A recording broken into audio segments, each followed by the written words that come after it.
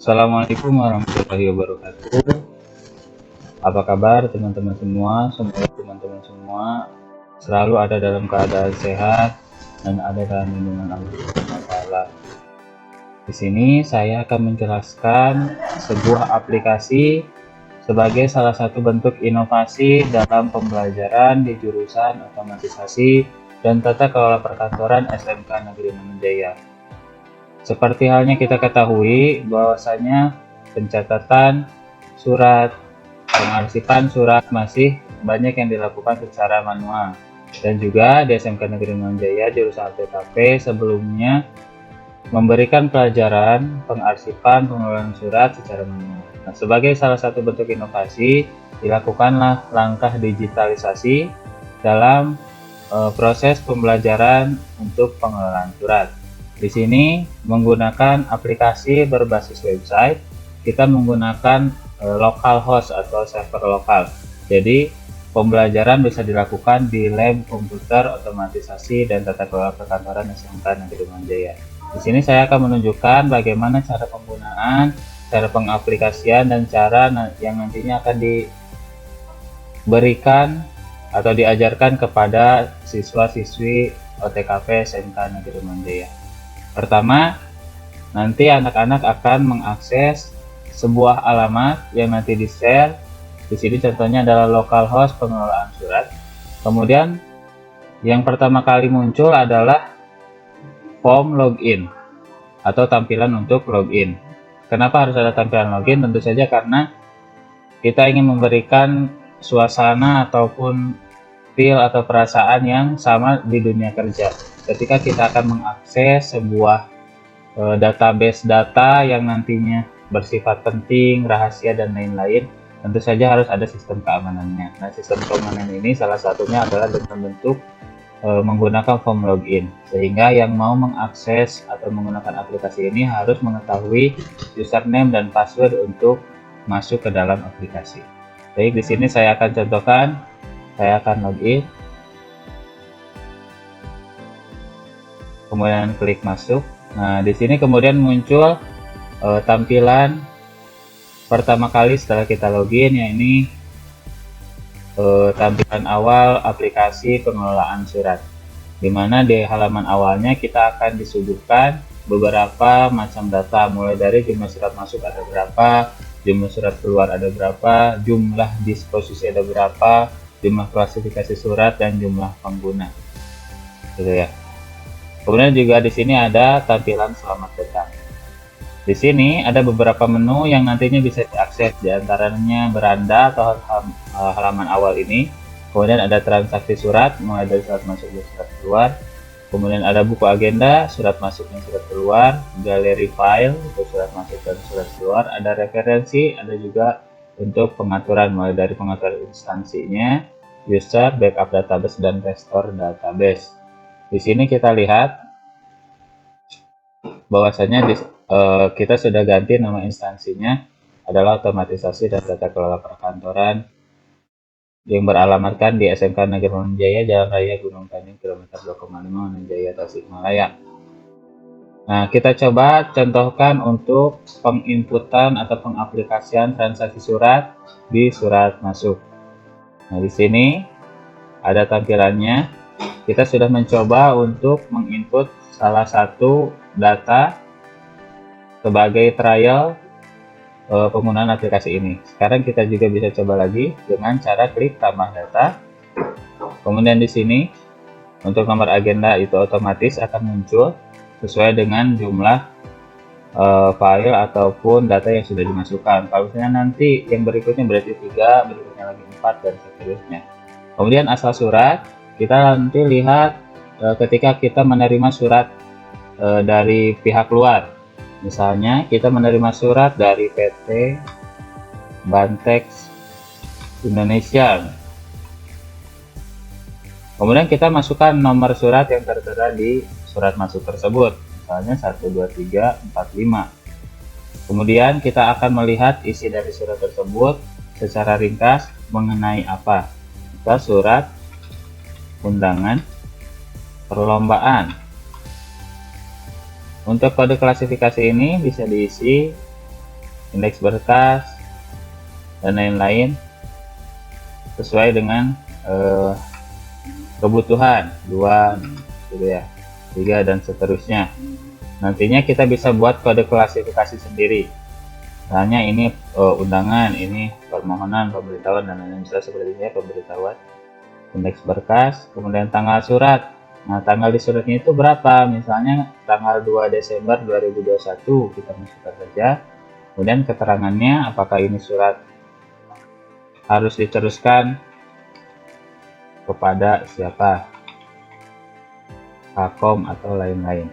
Kemudian di sini juga ada fitur untuk menambahkan file surat masuk itu sendiri. Jadi ketika kita menerima surat fisik, kemudian kita scan dulu menggunakan printer atau scanner, kemudian filenya kita bisa simpan di aplikasi pengelolaan surat ini ya. Jadi datanya tersimpan di database aplikasi pengelolaan surat.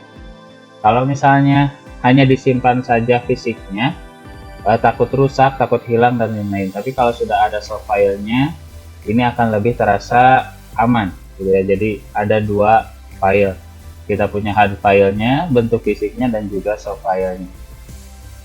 Kita coba upload salah satu contoh, misal jadi harus berbentuk gambar untuk file dari surat tersebut ya, hasil scanan bisa berbentuk JPG, PNG dan lain-lain. Misalnya kita ini contoh saja, contoh surat kita masukkan. Kemudian kalau sudah semua sudah diisi, dirasa sudah cukup, diperiksa lagi tidak ada yang salah, kita tinggal klik simpan. Ya, di sini sudah ada data yang kita masukkan dan ada notifikasi tadi sukses, data berhasil dimasukkan. Ya, di sini juga ada pilihan edit, disposisi, print dan lain-lain. Maaf, dan hapus. Di sini kalau misalnya surat masuk kan biasanya harus di disposisi ataupun tidak. Nah, kalau misalnya mau di disposisi, tinggal klik warna hijau ini, tombol warna hijau ini untuk menambahkan disposisi surat. Kita langsung coba saja, kita mendisposisi surat yang tadi masuk, gitu ya. Tambah data baru. Tujuan disposisi misalnya Kepala SMK Negeri Manjaya. Oh maaf, Ketua Lab OTKP SMK Negeri Manjaya. Isi disposisinya aja, isi disposisinya apa? Kita masukkan, tolong siapkan ruangan lab. Kemudian batas waktunya kita bisa isi tanggal berapa, misalnya tanggal 3, catatan A, ya, boleh diisi. Kemudian pilih sifat disposisinya biasa, penting, segera atau rahasia. Saja biasa saja, kemudian kita simpan.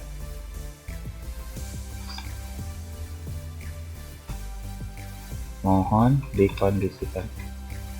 Jadi semua form ini harus diisi secara lengkap ya teman-teman, tidak boleh ada yang dikosongkan. Kemudian kita simpan, sukses, data berhasil ditambahkan gitu ya.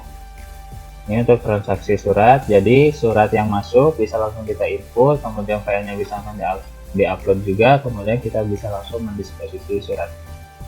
Kemudian ada surat keluar, sama tinggal tambah data, kemudian masukkan kode klasifikasi dan lain-lain, hampir mirip dengan surat masuk gitu ya. Kemudian kita lanjut ke menu selanjutnya, ada di buku agenda. Kita lihat di buku agenda surat masuk, kita bisa melihat, mau melihat data dari tanggal berapa sampai tanggal berapa. Misalnya tadi kita katakanlah ingin melihat data bulan Desember, berarti dari tanggal 1 Desember 2021 sampai dengan tanggal 31 Desember 2021. Kemudian kita tampilkan. Nah, di sini sudah muncul data surat masuk yang masuk di tanggal 1 sampai dengan 31 Desember. Ternyata ada satu surat masuk, yang ini surat undangan perlombaan dari PT Bantek Indonesia dengan nomor surat 12345 dengan tanggal surat 2 Desember 2021, penerima administrator atau orang yang login ke aplikasi ini, tanggal diterimanya 4 Desember 2021. Keterangan surat harus diteruskan kepada Kakop dan lain-lain. Nah, data ini bisa langsung kita cetak untuk keperluan misalnya tolong cetak data surat masuk bulan ini. Ya, kita bisa langsung pilih tombol berwarna merah ini dengan klik cetak. Nah, di sini sudah ada Dinas Pendidikan dan Kebudayaan Kementerian dan Pengelola Perkantoran. Nah, ini bisa di custom, nantinya bisa dirubah. Kemudian ini data yang akan di print. Kenapa cuma ada satu? Karena data dari tanggal 1 sampai dengan tanggal 31 itu cuma satu file atau satu surat masuk saja. Kalau misalnya datanya ada 2, 3, 4, yang tabel juga nanti akan 2, 3, 4, dan seterusnya. Kita tinggal print, kemudian nanti akan keluar laporan agenda surat masuk dari tanggal 1 sampai dengan tanggal 31 Desember 2021. Kemudian untuk galeri file, ini adalah file-file yang sudah kita upload sebelumnya. Nah, tadi kan kita sudah mengupload salah satu contoh file untuk contoh surat yang PT Bantes. Di sini akan muncul, kita juga bisa melihat, oh ternyata surat ini surat dari siapa, tanggal berapa, dan lain-lain bisa kita lihat. Dan referensi, nah di sini kita bisa tambah data untuk kode klasifikasi surat. Nah, tadi ada pemberitahuan, pengajuan, kemudian undangan perlombaan dan lain-lain. Kita tinggal tambah data, kodenya berapa, misalnya 03, namanya apa, undangan perlombaan, uraiannya apa, kalau misalnya harus ada uraian pelaksanaan lomba misalnya, kita tinggal klik simpan. Nah, di sini nanti kalau kita menginput surat, bisa menambahkan kode klasifikasi surat mulai dari 01, 02 sampai dengan 03. Kemudian menu terakhir di sini ada menu pengaturan, di mana menu pengaturan ini mengatur nama instansi, user, backup database, dan restore database. Backup database ini adalah ketika misalnya kita sudah menginput cukup banyak data, kemudian kita takut hilang, aplikasinya error dan sebagainya, kita tinggal klik backup database. Nanti data-data yang sudah kita input akan dibikin backupnya atau cadangannya. Kita coba backup database.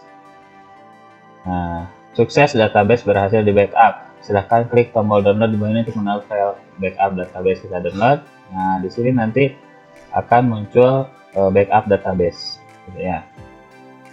Kalau misalnya mau merestore, ya tinggal kembalikan saja restore database. Kemudian pilih file yang tadi kita download, ini ya, open, dan seterusnya. Masukkan password Anda, password ketika kita login. Nah, selanjutnya ada instansi. Nah, instansi ini adalah nama dari pemilik atau pengguna si aplikasi pengelolaan surat. Kita bisa custom, misalnya diganti jurusannya menjadi teknologi komputer dan jaringan, bisa. Nah, di sini kita menggunakan nama otomatisasi dan tata kelola perkantoran karena memang jurusan OTKP yang menggunakan aplikasi pengelolaan surat ini. Gitu. Dari alamat, kemudian website, nama kepala sekolah, nama yayasan. Nama yayasan ini adalah nanti di kop ya, misalnya pemerintah, pemerintah Provinsi Jawa Barat, Dinas Pendidikan, bla bla bla, dan seterusnya. Di sini kita bisa custom sendiri. Nah, ini juga untuk logo, kita bisa upload logo sesuaikan dengan kebutuhan. Di sini kita sudah mempunyai logo sendiri. Ini adalah logo OTKP berwarna biru dan juga merah. Nah, untuk menu pengaturan seperti itu. Kemudian ada juga menu user. Nah, user ini adalah untuk menambahkan orang-orang ataupun siapa-siapa saja yang bisa login ke aplikasi ini. Dengan catatan ada dua tipe, ada administrator, ada user biasa yang bisa ditambahkan. Nah, untuk super admin hanya ada satu saja, gitu ya. Untuk user dan administrator itu ada menunya tersendiri. Jadi kalau misalnya super admin itu full mengatur semua menu yang ada di aplikasi ini, sedangkan user nanti ada menunya sendiri dibatasi, juga administrator ada menunya tersendiri. Kenapa dibeda-bedakan? Karena misalnya ketika aplikasi ini digunakan oleh guru, maka bisa menggunakan akun super admin. Ketika misalnya guru menyuruh siswa atau memberikan instruksi ke siswa untuk menginput saja transaksi surat masuk. Tentu saja tidak menggunakan akun super admin, bisa menggunakan akun user ataupun akun administrator. Biar apa? Menu-menu yang tidak seharusnya diakses oleh orang lain tidak bisa dibuka gitu ya. Takutnya apa? Kalau misalnya semuanya bisa mengakses, takutnya data yang kita sudah kerjakan dihapus ataupun ada kerusakan dan lain-lain. Sehingga dibuatlah multi level login istilahnya. Jadi ada super admin, ada administrator, dan juga ada user biasa. Nah, untuk menu pengaturan mungkin seperti itu. Nah, di pojok kanan paling atas ini ada tulisan administrator. Ini adalah untuk mengubah profil, misalnya mau ditaruh foto, ubah password, dan juga untuk keluar. Ya.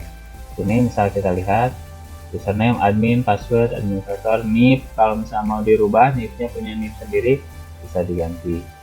Atau namanya mau diganti nggak administrator, boleh juga. Ya. Ubah password. Nah, di sini bisa diganti passwordnya. Misalnya tadinya username admin, password lamanya apa, password barunya apa, tinggal disimpan saja. Kemudian ini untuk tombol keluar akan kembali ke tombol atau tampilan login di awal. Mungkin untuk aplikasi pengelolaan surat penjelasannya hanya seperti itu saja. Mohon maaf apabila banyak kesalahan dalam penyampaiannya.